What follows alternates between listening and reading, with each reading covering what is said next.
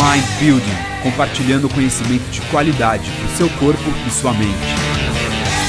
Se inscreva no canal dos melhores conteúdos fitness do Brasil e do mundo.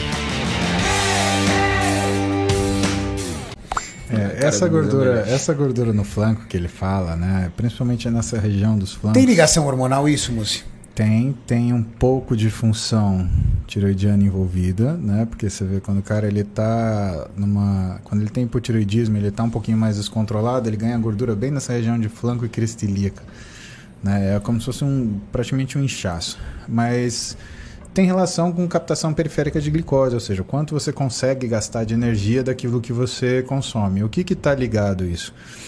Normalmente isso está ligado à quantidade de trabalho que o sujeito consegue fazer ou precisa fazer.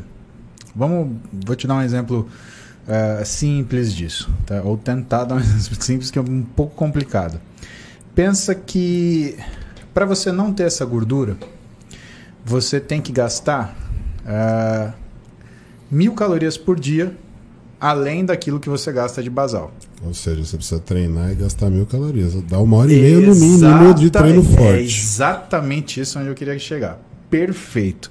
Mas também, Júlio, 10 anos nós trabalhamos juntos. Puta que pariu, não tem nem como, a gente já sabe o que tem que fazer. Então, qual é o grande problema? O grande problema, Renato, é quando você tem esse cara que tem que gastar 1.000 calorias a mais, além do basal, além do que ele gasta treinando, você vai puxar essa caloria, por exemplo, da capacidade de recuperação muscular. E você vai captar essa energia às custas do que é a sua velocidade de recuperação. Então, muitas vezes, o que acontece? Para ele conseguir fazer esse gasto a mais calórico, ele vai bater na musculatura. Então, existe um tempo onde você tem que condicionar esse sujeito para ele gastar essas 1.000 calorias a mais no treino, para ser um gasto útil. Mas qual que é o grande problema? Isso dá trabalho. E como é que o sujeito ganha isso? Bom, ele ganha de algumas formas. Ou ganha do jeito que você falou, criando restrições sucessivas. Por quê? Porque cada restrição que ele faz, ele perde capacidade metabólica. Quando ele devolve na situação normal, o metabolismo dele, ele volta, entre aspas, uma parte do que era, mas não volta 100%. Então, imagina um cara que gastava de basal, sei lá, 3.000 quilocalorias. Ele faz uma dieta super restritiva. Quando ele volta a tirar na dieta restritiva, ele passa a gastar 1.500. Quando ele volta dessa dieta restritiva, ele já começa a gastar 12.700. Então ele perdeu 300 calorias. E quantas vezes uma pessoa que quer emagrecer, ela faz dietas restritivas ou super restritivas ao longo da vida?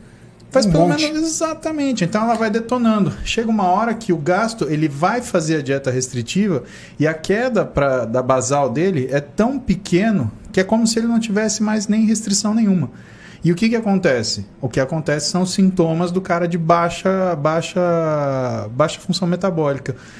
Pouca capacidade de sustentação de treino, baixa velocidade de recuperação, pouca força, baixo endurance, pouco apetite. Então o cara ele tem pouca fome e aí você tem os sintomas físicos, né? Então é um cara que engorda com muita facilidade, que se ele consumir um pouquinho mais de carboidrato, ele já vai reter líquido. É o cara que, se, por exemplo, ele errar um final de semana, der uma detonada no final de semana, segunda-feira parece que ele nunca fez dieta na vida. Então são essas coisas. Por isso que a gente fala, né? Não para de bater no teu metabolismo. Se você está fazendo dieta restritiva, como se fosse uma alternativa a comer direito, pensa bem se é isso que você devia fazer mesmo. Compensa muito mais você procurar alguém que te ajude. Explica pra galera o que é dieta restritiva, Mussi. Dieta restritiva é sempre que você tem um corte calórico frente àquilo que você normalmente consome. Então, quando o nutricionista ele aborda... Fome. É o passar fome, mas às vezes não precisa passar fome, Renato. Às vezes você só faz uma restrição calórica muito abrupta e isso já representa uma resposta restritiva para o teu organismo. Vou te dar um exemplo. 5.000 calorias é bastante, né? Pô. Se você passar a comer 4.000 calorias, é uma queda bem grande, não é? Para um indivíduo como o Júlio é. Exato. 20%. Então, mas para qualquer um é. E por mais que 4.000 calorias seja ainda bastante caloria, se quer queira, quer não, cortou 1.000, cortou 20%. Então o corpo ele vai dar essa freada metabólica por causa dessas 1.000. Então não precisa fazer uma dieta de 400 calorias para você ferrar seu metabolismo. É só você criar um degradê, só você criar um gradiente calórico muito abrupto que você já detona a sua função metabólica. Então, por isso, quando o nutricionista ele faz a abordagem do paciente, ele nunca começa com a restrição, ele começa com o fracionamento. Então, primeiro ele faz o fracionamento alimentar, bota esse fulano para comer em horas fixas.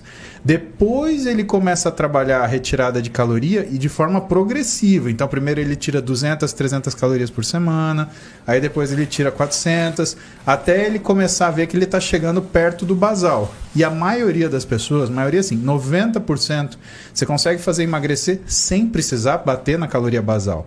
Então, pensa o cara lá que tem uma dieta ele tem um basal de 2.500 calorias diárias. Você consegue fazer ele emagrecer fazendo uma dieta de 2.800, 2.900, mas você não consegue fazer ele emagrecer nem com 2.000 calorias se ele já ficou fazendo restrições sucessivas durante a vida. Por quê? Porque ele já acostumou o corpo dele a lentificar a velocidade metabólica induzida pelo estresse energético. Perfeito.